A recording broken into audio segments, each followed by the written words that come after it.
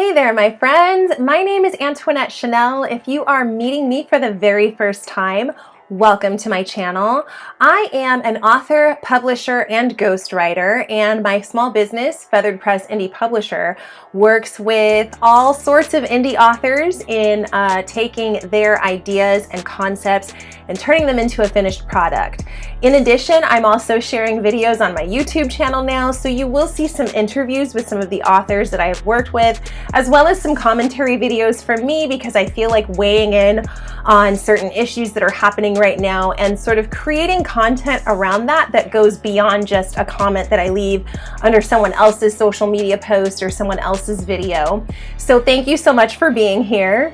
To my day ones who have been here and watched me evolve with this channel over time as my life has changed and as the world has changed, welcome back. Thanks so much for being here because today's video, I want to talk about friendship and what it means to truly define friendship and also how to conduct meaningful friendships that are means of support for you and avenues where you can sort of let down and have some fun with people rather than having friendships be a source of stress, a source of drama, or having the people who you call your friends be people who turn around and backstab you or betray you.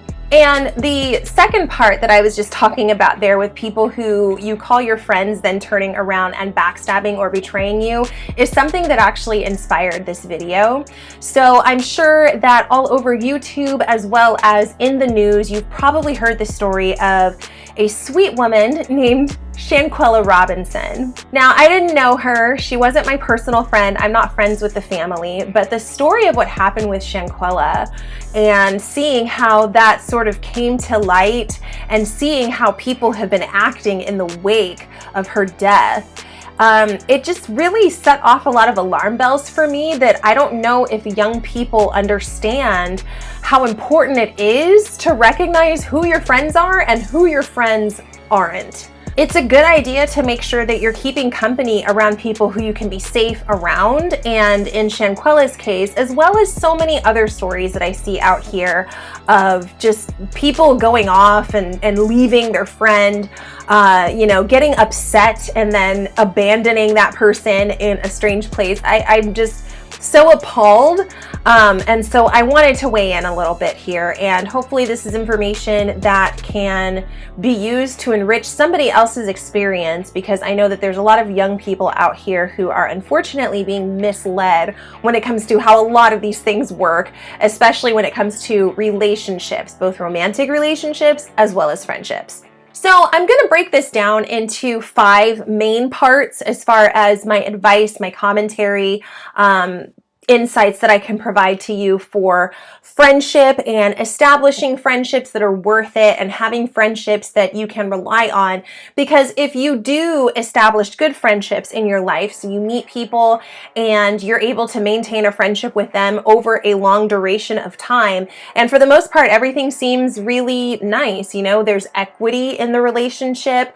If you have conflicts, you're able to address them together and come to a resolution. Nobody feels like they are people pleasing or having to do too much in order to make somebody else happy.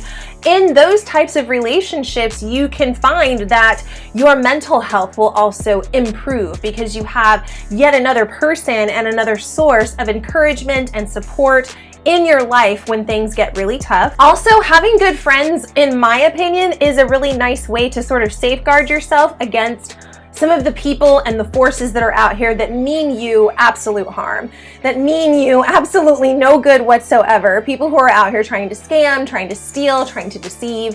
Having good friends in your life who you can rely on and whose opinions you can trust, that can help you to avoid a lot of those pitfalls as well. So part number 1, I want to talk about quality over quantity. And this was something that I had to learn when I was in middle school. I thought that it was really cool to have as many friends as possible. The more friends you have, that means that you're popular. That means people like you. That means that there are more opportunities that are going to come your way. What I found out, though, the hard way throughout middle school, high school, parts of college, and then into my adulthood after being in school, is that having lots and lots of friends actually leaves you very, very vulnerable. So what I mean by this is friends are people who you allow to be a little bit closer to you than acquaintances. Acquaintances are people that you say hi and bye to.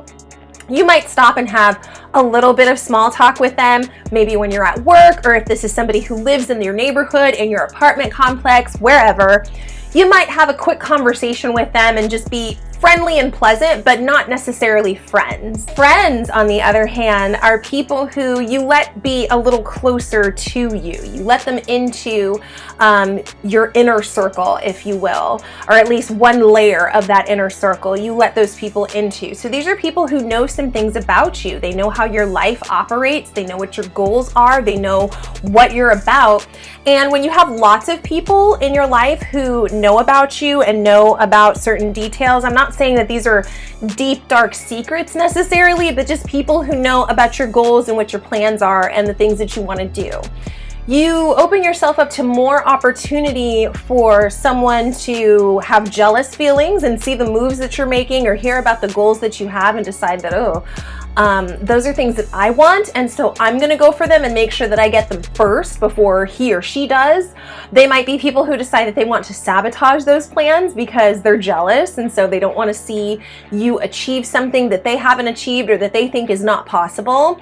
So I just feel like when you get into the business of having lots and lots of friends, then you open yourself up to that more, because the probability of having someone in your circle who is jealous, envious, who is plotting against you like that goes up the more people that you allow in your circle. It's also important that you recognize in choosing quality over quantity that nefarious characteristics can come packaged in pretty much any form. So these can be people who are your neighbors. They can be people who are very similar to you. Maybe they look like you. These can be people who look different from you, who represent a perspective that's completely different from yours. And it's just a nice idea to make sure that the people who are closest to you, who are in your inner circle, who you are sharing information about yourself with, even if it's not highly sensitive information, but personal information, those are people who they also have their own life that they are building. They have their own goals. They have their own motivations and things that they're moving towards, because people who are like that are much less apt to want to try to take from you and steal from your vision and try to take you down. Number 2, make sure that you honor yourself in your friendships always. So as you are choosing people who you want to be friends with because you guys get along, because you're taking the same classes, because you live in the same area, all of that stuff. As you are choosing your friends, make sure that you are honoring yourself in your friendships. So your core beliefs are going to come into play quite a bit here. And this is one example of how knowing yourself, getting to know yourself, is going to serve you well in the long run. I personally didn't do the deep work of understanding my core beliefs and figuring out whether or not those core beliefs were things that I wanted to continue to stand by until I was well into my 30s. That's when I really started turning around and questioning some of the things that I had that were constructed in my life for me by the people who raised me and people who were in close proximity to them, people who I knew as I was growing up, experiences I had as I was growing up. You know, my core beliefs were shaped by all of those things, but I really started to question the validity of those core beliefs when I was in my 30s and started to get to know myself. One thing I really respect a lot about Gen Z is that Gen Z is all about the personal work. They know what they don't like, what they're not cool with, what doesn't feel good, and they will not venture anywhere near that, and they will speak up and say, hey, I'm not cool with that, I don't like that. That's part of why we're seeing such a revolution in the workforce right now. But if you know that your core belief is of such that you have a certain faith, for instance, you're probably not going to want to form friendships with people who are disrespecting that faith and speaking negatively about that faith. Now, this is not the same as distancing yourself from people who don't share the same faith.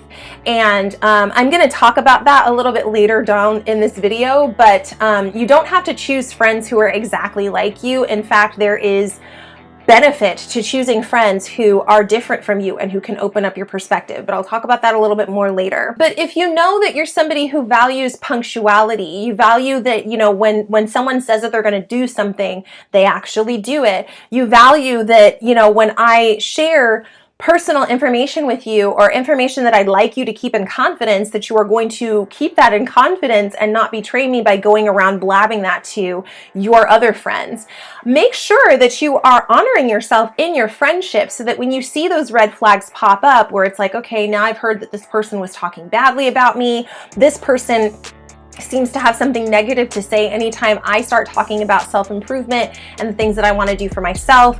This person seems to just have nothing positive to say. They're always complaining. You know, it's a downer. You don't want to be around people who are always going to drag you down. And so make sure that you get to know yourself and honor yourself as you conduct your friendships, so that you can make decisions on whether or not certain friendships are worth your time, worth your effort and your investment, or if it's time to say goodbye and distance yourself from somebody because that's what's best for you. You two just aren't on the same playing field, and that's okay. It doesn't make them a bad person just because they're different from you, but they would be bad for you to be in your inner circle if you were to let them in.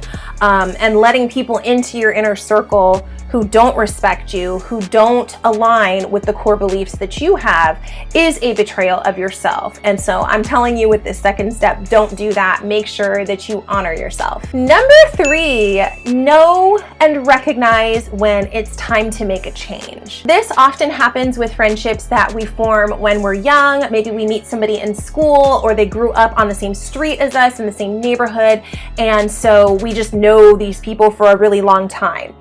Being geographically close to someone is not necessarily a basis for forming a friendship. It makes for things to be more convenient, and you can visit and see that person more easily if they are located in close proximity to you. But that doesn't have to be the end-all be-all. And I see a lot of people who talk about, yeah, I've known this person for 14 years, and so that's why I really just want to see if I can continue this friendship. I don't want to end things. Or this person grew up across the street from me and their family knows my family, so we have to be friends, anything like that. You don't have to maintain a friendship with someone when the expiration date for that relationship has long since passed. And so what I mean by that is, when you recognize that this person that you knew in the 4th grade and went to school with all throughout middle school and high school, when you start to recognize that their life is moving in a different direction from yours because you went to college and this person went into the military, those are 2 completely different paths. You're going to have a difficulty with communicating, because with military people, they go into their training, they go into, boot camp, and they aren't able to talk to people. They relocate to a different place. They might get shipped off for a deployment at some time. And so, those kinds of competing demands might be equivalent to the idea of, now they don't really have as much in common, and so their friendship isn't quite as close or isn't as quite intact, but they are still friendly when they do see each other, and no bad blood or anything like that. That's perfectly fine. Recognizing that this person that you grew up with is starting to make choices that you wouldn't necessarily make. So they might start getting into drugs, illegal substances. They might start getting into some behaviors that you are not necessarily into, such as gambling or any other sort of black market type of trade, trafficking, anything adjacent to trafficking. Side note, by the way, human trafficking is a lot more common than you might think, and anyone can be trafficked. So if you are out there thinking, oh, I'm somebody in my 40s, nobody's gonna traffic me, guess again. People are being human trafficked in the most bizarre of ways, and so just look out for yourself. Make sure you know your surroundings and who it is that you're spending time with when you go out. But I digress. When you recognize that you and someone else have maybe grown apart, maybe in ways that are a little too much to bridge, then it's okay to decide to make a change and move away from that person and that relationship in the friendly sense, because that time is over.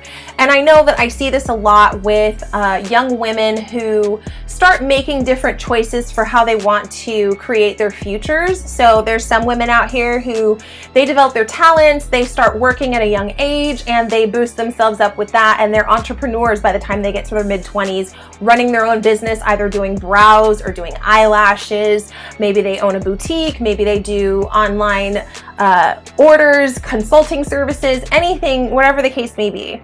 But that might look a little different from someone who wants to make their income entirely from OnlyFans and adult content. Again, nothing wrong with either one of those, but I could see where the mindsets might be a little bit different for two people who have opposing views around something like that. One girl is making her money with her talent, the things that she has cultivated for herself, maybe some of the skills that she's acquired, and then another girl is making her money, again, through skills that she's acquired, but in a very different way and in a very different type of industry. That might create a rift, and it's okay to say that, you know, at this point, I feel like we've maybe grown beyond where we used to be as friends, and so I don't really call this person or speak to them as often because we're just not as close. That's perfectly okay. I'm a mother, and so anybody who chooses to be friends with me has to recognize that I am a mom. I've got my children who I am very accessible for because that is the choice that I have made.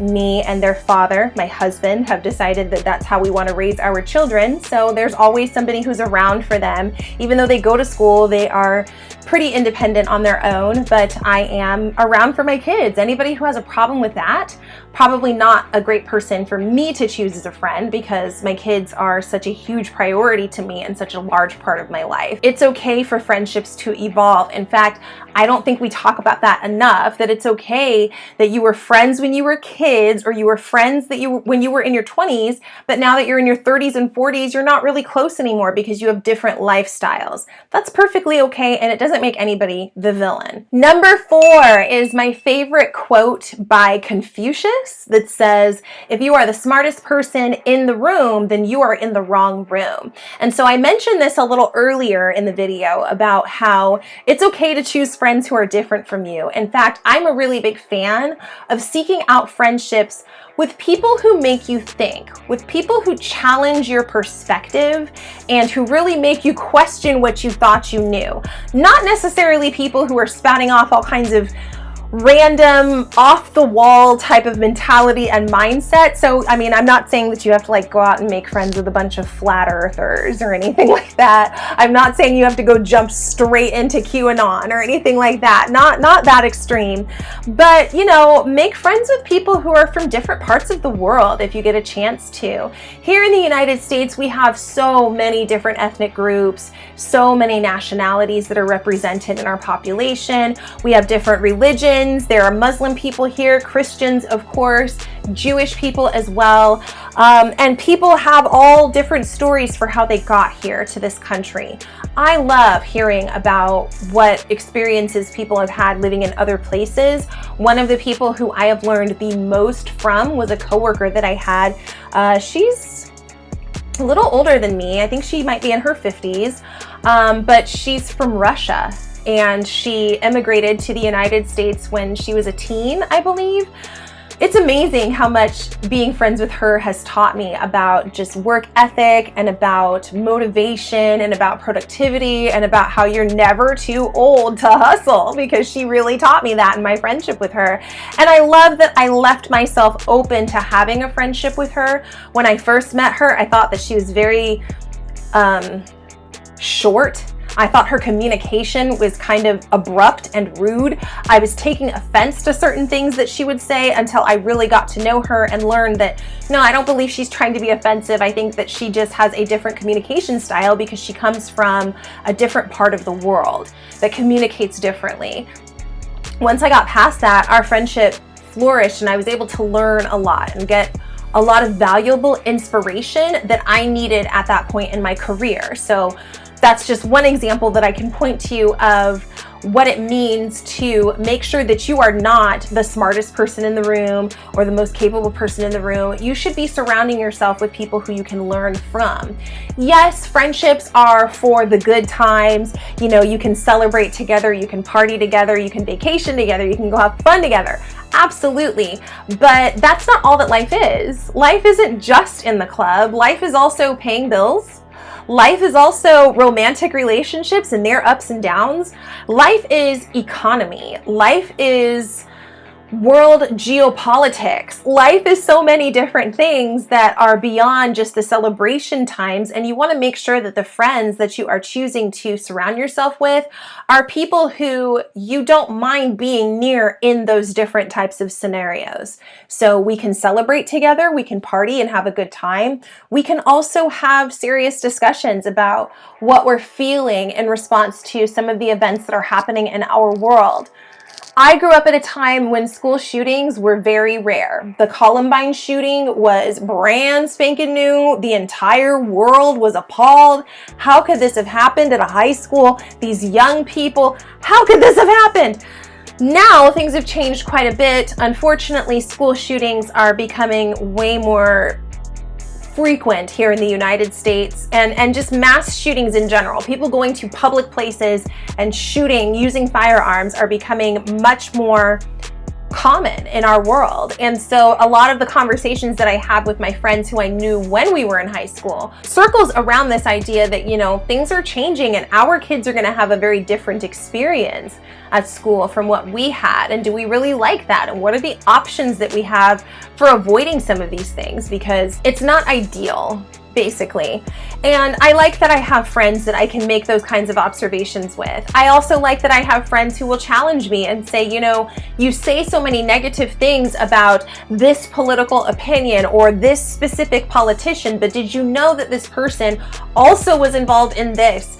I've had my eyes opened to a lot that I didn't know about, that I would have been ignorant to if I didn't have friends who were different from me.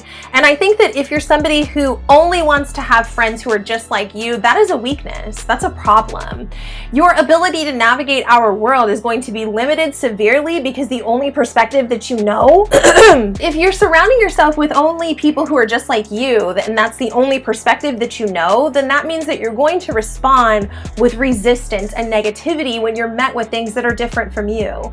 And if you really want to be a citizen of this world, which is something that I strive for, I don't want to just be a citizen of my country or a citizen of the state that I live in, but rather I would like to be a global citizen, someone who respects and honors cultures from all over the place and can recognize different perspectives like that, and maybe have a sense of some of the geopolitical history that our world is living through. I think that that is a better way to navigate through this life, especially as our world continues to evolve rapidly and we see a lot of shifting happening with power, with populations, with geography in general. These kinds of things are going to bring a lot more of us together with our differing opinions and views and perspectives.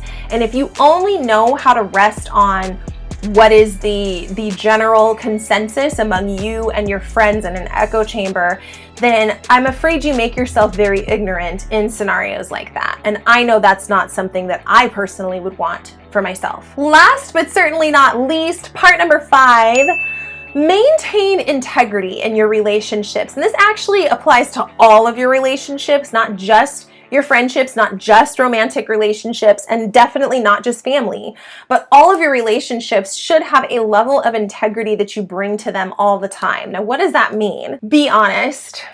Honesty is a really great policy, even when you know that the honesty is going to make you look bad. So telling the truth about whether or not you appreciated a gift, telling the truth about what your feelings were about a certain event or about what your plans are. Telling the truth is a great way to let people who are in friendships with you know where you stand. And they will hopefully, if this is a good friend, return that with their own honesty that you both can honor. Also, make sure that you're communicating clearly. This is something that I was terrible at until I started actually making observations in my relationships in how do I conduct myself in conflict? How do I conduct myself when I have good news, when I have bad news, when I hear good news, when I hear bad news? How am I acting in these scenarios? I had to sort of make observations on my own behavior and my thought patterns before I could really get better at communicating what my wants and needs were clearly. I could communicate my boundaries and hold those boundaries more clearly and with less resistance, and felt more comfortable doing it as I was sort of getting to know myself and getting to observe myself. And so clarity is kind, as Brene Brown always says. So make sure that in your communication with your friends, you're being clear about things. If you're running behind coming to dinner, text or call someone and say, hey, I'm going to be 30 minutes late. I'm really sorry. So, if you want to get started without me, I apologize. I had to work late, or my car wouldn't start, or I couldn't find my stuff, or girl, I overslept when I took my nap this afternoon, so I'm going to be a little bit late. Whatever it is. If you didn't like something that someone said, hey, can I please speak to you? I want to communicate that my feelings were hurt when you said this or when you did that. If you are just not feeling it when, your friends want to all go out one evening or, take a vacation, hey, I can't afford to do that right now. I'd love to be able to join you, but I just do not have the finances to be able to. But if I can start planning right now, maybe we can do something in a few months or next year. Communicating clearly and letting people know where you stand. I think a lot of times the reason why we don't always communicate clearly is because we're afraid that the consequence is going to be negativity or rejection or, people pushing us away in some way. And I don't know why we get it in our heads that that's what we're going to receive when we're being honest, when we're telling the truth about ourselves and our feelings. But I hope that you are able to sort of change your mindset if you're in that pattern of thinking that I can't be honest, I can't be upfront about things because I'm afraid to recognizing that if I'm not upfront and honest about these things and communicate them clearly, then things aren't going to go the way that I want them to, and then that's going to create other problems in our friendship. So and that was something I had to grow into as well. I don't think anybody just comes out knowing how to do this stuff. We learn through practice, and so through different relationships that we have, friendships in particular, that's how we learn what works best and what we need to avoid. Address issues as soon as they happen or as soon after they happen as possible in order to get the best results. So nobody taught me anything about conflict, how to conduct myself in conflict, how to go about resolving conflict. No one ever taught me that. I definitely watched the adults in my life as I was growing up act certain ways around conflict, but none of it was really healthy in terms of creating clear communication and also finding true solutions to conflict. So if you have an issue with your friend, addressing it in the moment or as soon after the moment has passed is the best way to go about it. The more time that you put between the incident and what hurt you and when you actually tell them, the worse things can get. Now, I do recognize that it's not always best to speak up right in the moment at the reception for their wedding and tell them, I didn't appreciate the way you spoke to me this morning as we were doing our hair. Or speaking up at a funeral and, I didn't appreciate the way that your brother still owed me money before he died. That's not really where you want to do that. And so that's why I say as soon afterwards when it's appropriate. Read the room, recognize whether or not there are other people here who need to be hearing this or no, it's none of their business, so we're going to take this conversation elsewhere. Recognize that, okay, this person's clearly going through something major today, so maybe just let them know, I need to speak with you about something, but only when you're in a place that you can hear it. Addressing things in a way that is direct and minimizes the time in between is the best way to lead to positive results in your conflict as far as positive resolution. Now, I can't promise that the people who you bring things up to are always going to receive it well, but if they don't receive it well, go back to step number 3 that I had here. Know when it's time to make a change. If you can't address things in conflict with your friend because they're going to get all agitated and butthurt and, start coming back with a bunch of insults and things that they want to say, then is that somebody that you really want in your friendship circle? Ask yourself. Ask yourself if you want to be friends with someone who, when you call them out on their behavior that was problematic, they start blaming other people and pointing fingers. Is that who you want in your friendship circle? And sometimes we don't get to see these things until conflict happens. So the friendship might be going along just really nice, sunshine, rainbows, everything's good, and then all of a sudden you hit your first major conflict, and that's where you see where this person and their true colors really reside. I am a firm believer that a person's true character goes on display when they are not the one who is winning. So when you confront someone and tell them that you didn't appreciate their behavior, or that you have a problem with something that they said or that they did, then that's their opportunity to showcase who they are and what they're made of. Are they going to hear you? Are they going to cut you off and say, no, that never happened? What are you talking about? Are they going to respond defensively? Or are they going to listen without prejudice, hear you out? I apologize. I didn't know that I was coming off that way, and I certainly didn't mean it that way, and I hope that you can forgive me. I don't really have excuses to make, but I think that the reason why this might have happened may have been because of this. I was going through this that day, whatever the case may be. Make sure that the person who you are engaged in this conflict with is responding in ways that you would hope for them to. They're able to listen. They're able to take criticism on themselves, because none of us are perfect. Make sure in your friendships that you are honoring your space for growth and their space for growth. So some of the most beautiful friendships that I have had in my life are the ones where I'm able to grow alongside people. And oftentimes this happens because these are people who I am of similar age with, so they're my peers. But I really like it when we don't sit in one place forever, but instead use the experiences and the situations that life puts us through in order to grow and get better, and apply some of that stuff next time, so that when you catch me engaging in a negative thought pattern and a negative thought spiral, you can call me out as my friend and say, hey, you know that nothing good comes at the end of that. So why are you stressing yourself out? Why are you downing yourself right now when you should be lifting yourself up? You have a job interview you're going to. You have this major move that you're trying to plan for. Make sure that you approach that with the right attitude.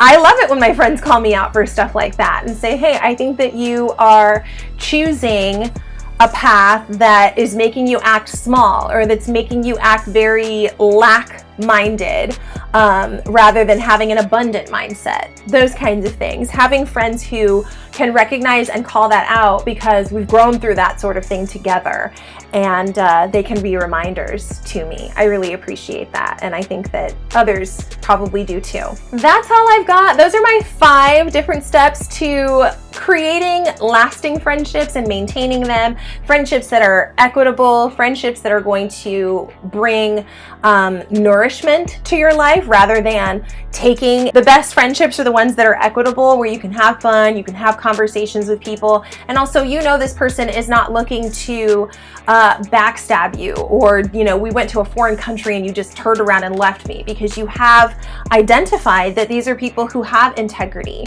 These are people who honor themselves, and they have core beliefs that are similar to yours. So that means that we don't go to foreign countries and beat people up and, leave them for dead, because that's just not what we believe. If something happens while we're out on vacation together, I'm going with you to the hospital, or you're coming with me until the situation gets resolved. It's just, that's how it is. If something happens to you, I know to notify your next of kin and tell them that, something happened, I'm here.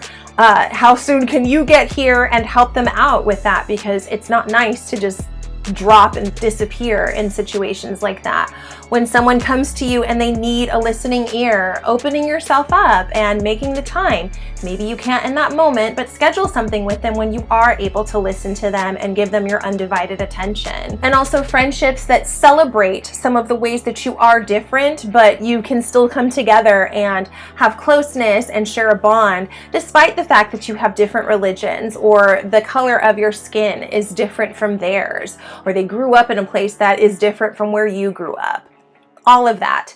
So with that being said, please let me know in the comments, what sorts of things do you keep in mind as you are cultivating friendships? And tell me about some of the best friendships that you've had. I know that I have wonderful stories of my dear friends. I don't have a lot of friends, but the ones that I do have, I hold them so dear, because I just cherish the ways that I've been able to grow and sort of explore different parts of who I am and my identity as I have learned about myself through knowing these different people. So I'd love to hear from you in the comment section about any of your friendship stories. I think those are beautiful. And if you have some kind of negative ones that you're like, hey, this is something that opened my eyes, I definitely can point to several instances where people who I thought were my friends were plotting against me. Someone who I thought was my friend made a pass for someone that I was interested in. Someone who I thought was my friend was going around bad-mouthing me. You know, I have those stories too, and so if you'd like to share those in the comments, please feel free.